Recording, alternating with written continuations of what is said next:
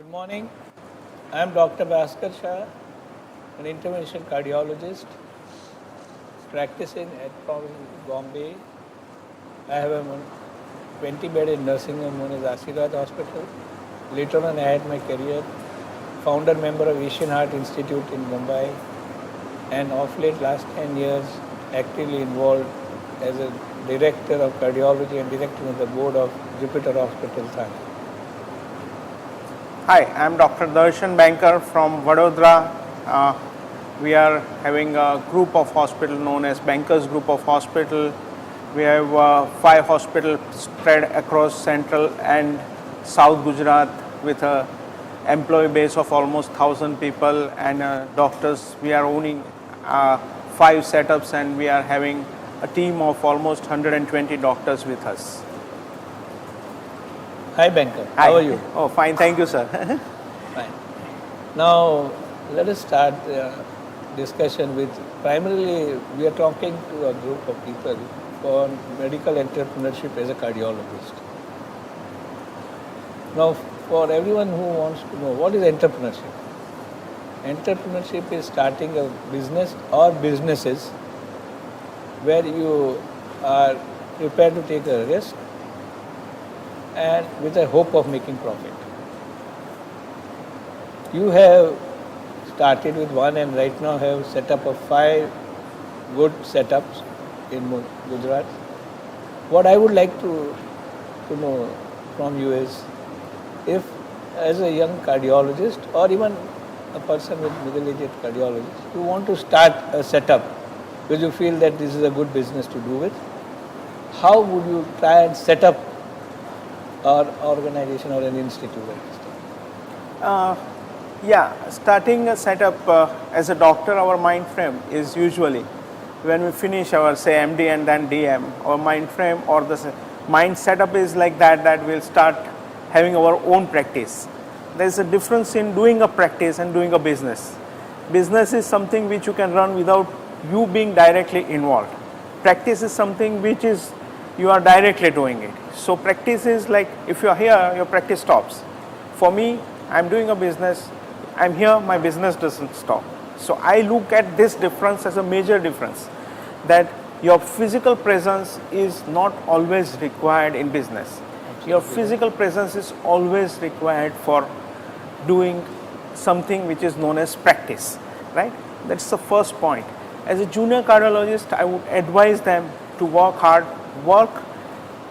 create a practice which can in turn be converted into business. So create your own brand and then try to convert it into a business. And then once you have that financial strength, technical know-how, a business acumen, to run a single business, you can replicate at various places where you have your own brand running at other places also. So that's how we can develop the business module. In your practice, how important it is to replicate, and what are the advantages of replication? Well, my experience has been quite amazing for myself and for others to even follow that thing. That we started with, initially I was in a part of a group, then I separated out and started our own Bankers Heart Institute with almost 35 beds. Then we expanded to 55 beds, then it became 120 beds. Then we thought we don't have place in this to expand more, so we put another setup that was in Surat. Another hospital came up, okay, on the same module, same things.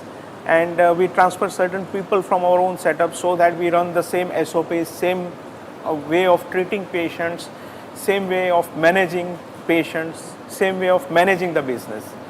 And we were successful in that. And again, once you have that you have replicated. So once you know how to run a business, then once you know how to replicate it. So the third setup becomes even more successful and more easy to do it, that you know how to do business, you know how to replicate it also. So then there comes the third setup, then came the fourth and now the fifth one. So we have 5 setups now.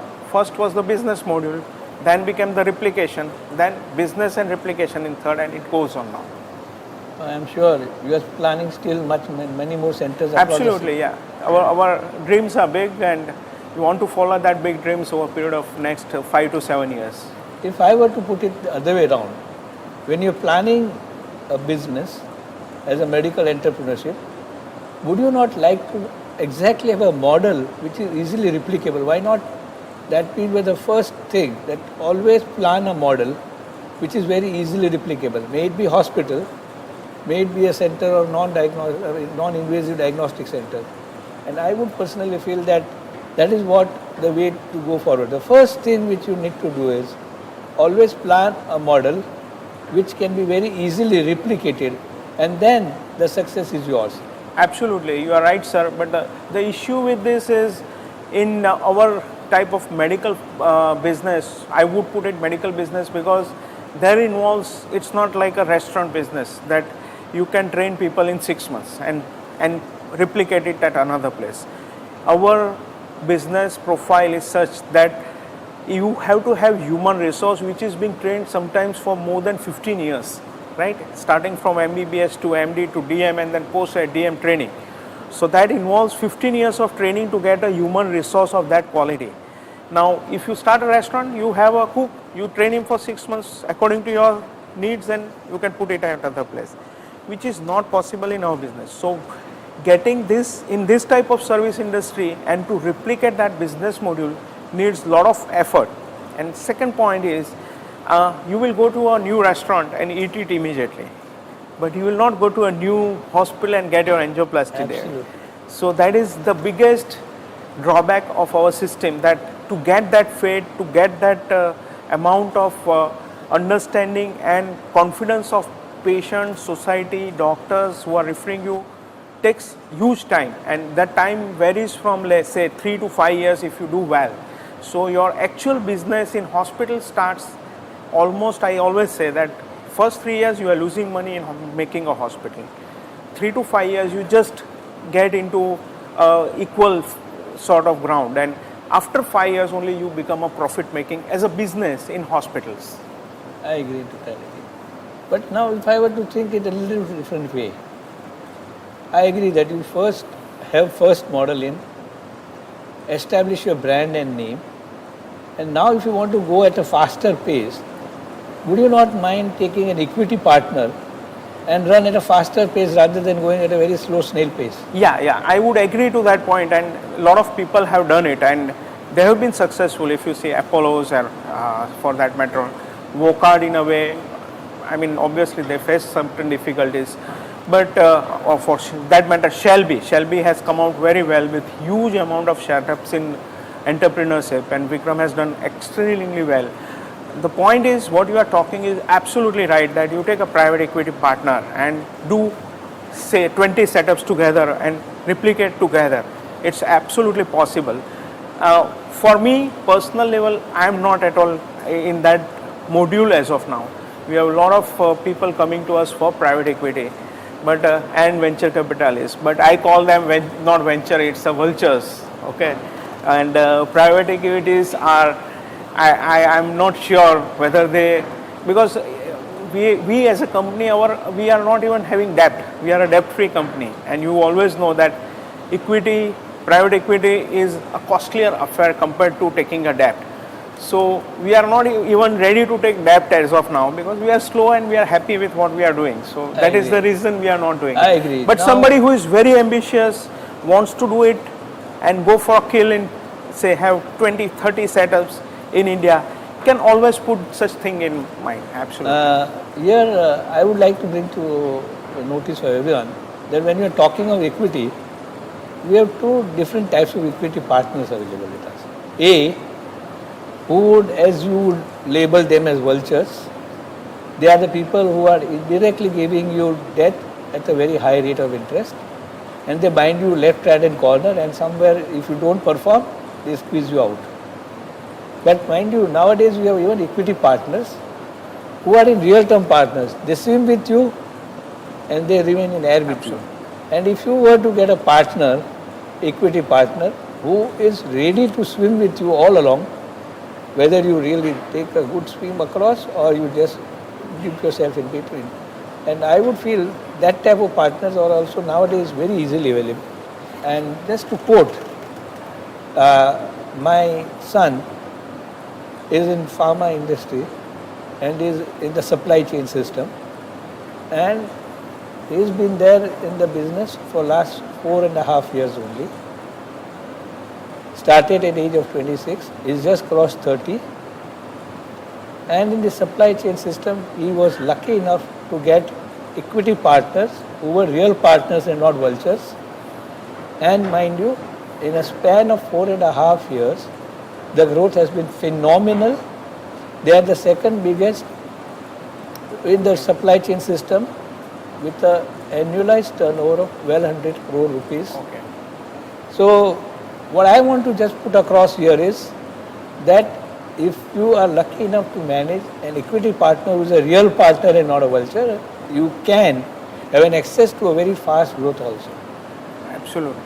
Yeah, I agree to your point, sir, that there has been a lot of people who have been doing this thing and growing very rapidly by having more funding either through equity or through public participation. Like Shelby has a huge public participation, and if you see now Vikram Shah himself, I mean, to put his example to a perspective of entrepreneurship, he is one of the first doctor, according to me, in India, as I know, I mean, to my knowledge, who has a wealth of more than 2,500 crores himself as an individual. So he is an epic to get into this, and obviously what you said, he went through a public sourcing of funds and he got it successful. So he also had some private equity partners like PricewaterhouseCoopers or somebody was there, Merrill Lynch was there, I suppose. And he got that funding and he became really big. So it's possible. But if you ask me individually, personally... Yeah, there are two different ways. Yeah. One is accrual of the first hospital will be used for accruing the next hospital, and it's a slow pace. And I'm just trying to see and try and put them together. Now, a very important question which comes in my mind is, a lot of our colleagues and friends are really scared of giving up so-called secured practice and venturing into a hospital practice because they feel it involves a lot of risk and the profits may or may not come. Why to disturb the sleep and they have a sleepless nights managing the show?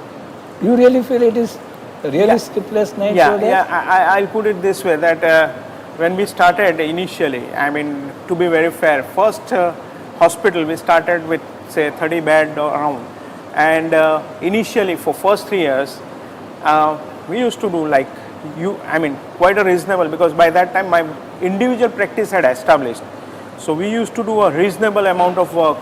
But as an individual cardiologist, my income had gone down for first 3 years because all whatever used to come used to go for the hospitals.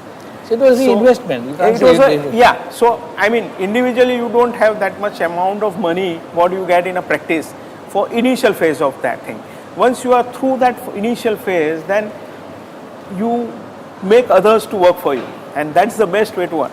And regarding stress part of it, well, I would say that we had never had that amount of stress involved in putting up the setup, because I already had a good amount of private practice and we were confident that even with my own practice we'll be able to run the setup. So we never had that amount of stress. But I agree to your point that as a doctor we are not that I would say in a way module to venture into something called as a business, because when you become doctor, by that time you have lost that opportunity of the young phase as a cardiologist. I would say young phase who can take real risk is the age of 24 to 27, and to be honest, when you become a cardiologist and start practicing, you would be 30, and you start thinking of a business is almost 34, 35. So what happens is that decade of 24 or 25 to 34, 35 is lost, and that is the period of time. If you see world over, the successful businessmen, they start their businesses at the age of 24, 25. Agreed. Given a choice, as soon as you graduate, you would like to be an entrepreneur, or you will establish your practice for a couple of years and then start your entrepreneurship? Well, it depends. If you have huge business acumen and if you are actually ready to do business as a business only, no practice, then it's possible to do such thing like doing a business, medical business. But once you have done cardiology and you have put so much effort, you don't want to lose that practice part of it. Like doing intervention, you know sir better than me, that doing interventions, doing your own stuff, treating your patient becomes a passion initially. So you want to do that, and while doing that, you lose that business acumen or doing a skill of doing business. Having said so much, we always say, when we say entrepreneurship is business, do you feel medical entrepreneurship is something more than business, and there is some philanthropy involved and some social service responsibility involved? And do you think that gives a different dimensions and different pleasure in the work? Oh, absolutely, I would agree, and I mean, we have been into CSR in a very large scale, and we as an institution, as a group of hospital, are always believing that we can give more services to the society, services to our patients, because we know how to serve them, especially health point of view or health education point of view. We have been largely involved in CPR activities, health education, giving awareness, public awareness programs, everything. We have been touching people's lives throughout into various modules, and it is much easier for us to get these things done related to health. I mean, any philanthropy related to health, we are always better than any other corporates. So I would always like all youngsters to know that you are doing two things together. A, you are earning and you are serving. Absolutely. And that pleasure is something which is unsurpassable compared to any other business. Coming to the different types of models, we have primarily talked of doctors own and doctors run hospital versus corporate hospital. Do you think doctors own, doctors run hospital would be a better setup compared to a corporate setup which is started by a total businessman who is a total non-medical? Well, obviously, I am on the side of doctors own, doctor run hospital always, and we always feel, and this is our experience, that in corporate hospital of late, what has happened is revenue generation. They talk of EBITDA, they talk of PAT. I mean, everything is related to the business module. There is no concern of patients, no concern of the doctors, and you are doing an angioplasty and you end up using 5 balloons and then you lose patients. I mean, more complicated the case, more expense, but still you have less returns. Now that concept of understanding that patient may die, and when patient dies, you end up spending more on that patient most of the time. Absolutely. So that only doctor can understand. That corporate people don't understand, and there are so many issues like this. I am just giving you one example. So that way, it would always be doctor-owned hospitals are always more doctor-friendly than corporate hospitals. And just to give an example, the best clinics internationally, say Mayo Clinic, say Cleveland Clinic, say all of them are doctors-owned, doctor-run hospitals, which are the best hospitals in the world. So believe me, doctor as an entrepreneur and starting an organization and running an organization would be always far more better in terms of quality care, compassionate approach and whatnot. May I ask you something, sir, now? You have been in practice for such a long time. When we were resident, you have already been a big name in Mumbai. So I would like to ask you, what has changed from practice point of view, from putting a hospital or running a business in medical field? What do you think has changed over a period of last, say, 3 decades or so? Now primarily there is a huge corporatization which has occurred, and therefore so many times that human approach has been lacking.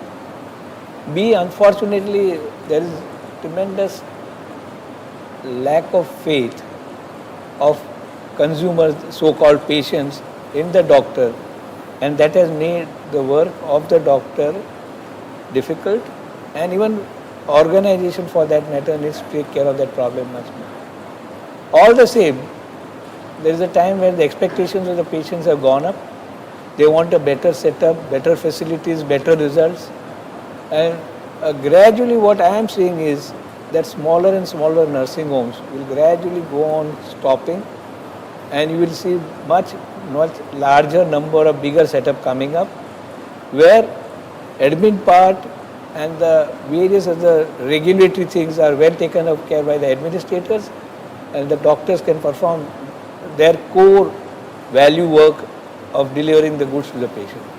So essentially I think there is a change where from when we initially started our practice, there was a huge nursing home practice and less nursing homes getting converted to bigger setup, but now we see a group practice, bigger setup, because the expectations of people are good. Now, you have gone through 5 projects by now. I would like to know, we have talked about all the good part of it. What are the real challenges? Oh, there are huge challenges, and for medical person to put up a business, initially the challenges starts with putting a setup from government. I mean, getting government permissions, getting like a small thing like fire NOC, you are also made to run for that regulatory thing. controls. Absolutely. The second part of it is acquiring human resources in medical field has been the biggest challenge according to me, because what happens is we understand that there is a scarcity of people who can actually perform the job which is required in medical field, and once you get that person, it is very difficult many times to retain them, starting from an interventional cardiologist to a cardiac surgeon to a perfusionist to a good anesthetist to good intensivist to good dialysis technician to a nephrologist. All these issues keep on coming, that you have challenges of having a good human resource. Even if you train yourself inherently, there are pokers who will take away your good human resource, because there is scarcity in the market. So if you train, keep them for 3 years, somebody will buy them off immediately. So that's a major second challenge. And third challenge is to maintain your standards and maintain your standard operating procedures, because still as a society we are not that tuned to have that SOPs or standard of procedures is not maintained in the hospital. And when you are replicating, you put SOPs everywhere, and when you put SOPs, you want that to be followed by people, but it does not happen because our people are also not tuned to that type of mindset as a society, that we have to follow that blindly, which does not happen many times, and therefore that work ethics is still lacking in some part from all of us. So that has to be improved. Suppose I am planning to start an hospital. There are a couple of things which come in my mind. A, what would be the investment? Nowadays we talk of what is known as low asset versus high asset, rental versus owned. So what would you say?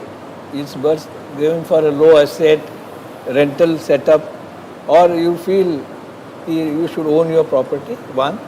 And second thing which I would like to know is, do you think there is a role for a single specialty hospital, or you feel multi-speciality is a rule of thumb? Well, it has been my experience that we started with a single specialty cardiac hospital, and we wanted to target that population only and get into business of only heart and heart related things. But unfortunately, the turn of the tables in last 5-7 years, the cardiology has not remained a dear branch for a business point of view. So we have realized that we cannot generate that kind of revenue now in cardiology, and therefore we have diversified and put all other hospitals as a multi-speciality hospital now. So my recommendation is to have a single specialty hospital, and that too for cardiology is not sustainable in today's world. Regarding your second point, my experience is capital investment has to be the lowest, and therefore I would not like to invest in real estate, because I am not doing a business of real estate. So I would not invest in real estate. I would I will always get a rental property, ask somebody to build for me, and then I'll take it on rent and run on it.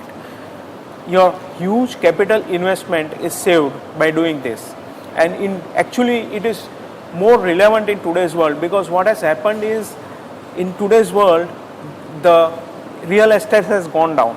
The market has gone down. So it is easier to get a rental property at a much cheaper cost than what interest you are paying. I get a rental properties at 6 to 7%. You will not believe.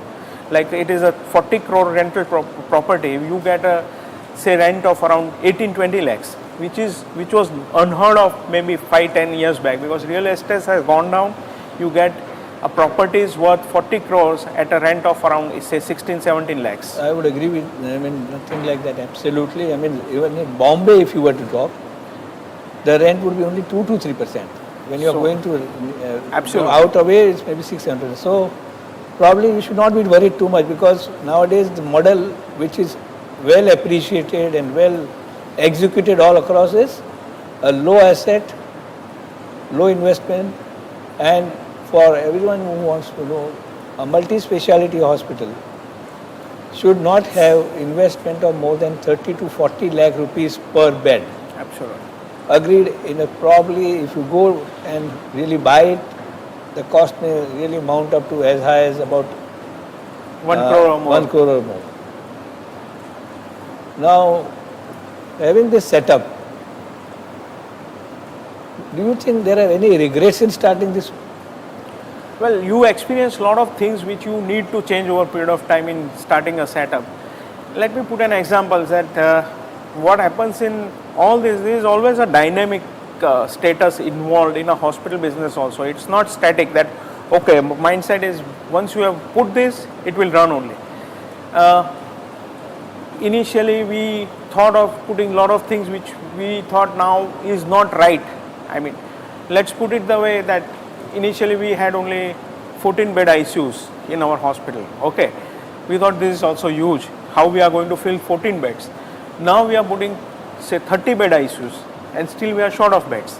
So you always have to keep on changing and improving and understand the situation and dynamics of the society as well as the practice. So we always say, only thing which is constant is change. A change, absolutely, yeah. So we have to keep on changing and adapting to new situations, new challenges in healthcare and healthcare innovations. The other thing which has happened over a period of time is that our focus of treatment has also changed over a period of time. We have become more document conscious. As you said very rightly, that patient has lost trust in doctors and they have become more like a consumer. So you have to be legally right, you have to show it that you are legally right, and you have to document it that you are legally right. That has become norm for all corporate hospitals and for all hospitals according to me. You have to do it, otherwise you will lose your business. Second point which is very important for a change is the whole dynamics have changed. Initially we were targeting as a corporate hospital or a premier hospital in our area was only upper class and upper middle class. Now what has happened with so many yojanas and everything coming up, you have to adapt to that form of system also, because I think according to me, in any part of this country in another 5 years you will not be able to run a hospital without having attached to a yojana, because your 60-70% of the population will be covered by them. Coming back exactly to that, so it's coming to so-called Modi Care or Ayushman Yojana, where you are expected to deliver goods or health care at a very, very reasonable or sub-reasonable cost. What do you think would be the change which will be seen in setting up an hospital? Well, it would become, in one sentence if I summarize, it would become a healthcare excellence. Hospitals will become health for all hospitals. Absolutely. So that is, the excellence will go off. You will be providing health for everybody. That would be change, and that is a reality. Some people may feel it's bitter, but that's going to happen, and we have to accept it as a hospital business people also, that we have to work for that. There is no way out. Said so much. Now, so far we are talking of only hospital as an entrepreneurship for a cardiologist. Do you think there is any other way a medical entrepreneurship a cardiologist can execute? Oh, absolutely. There are huge things which is coming up in cardiology. Like with coming off of internet and mobile apps and everything, I've been part of that, and we have been working on that, and a lot of people who are working on mobile apps and distant diagnosis and treatment protocols, and that is a huge business which is going to come up in another 5 to 7 years. and what they call second opinion or something has started.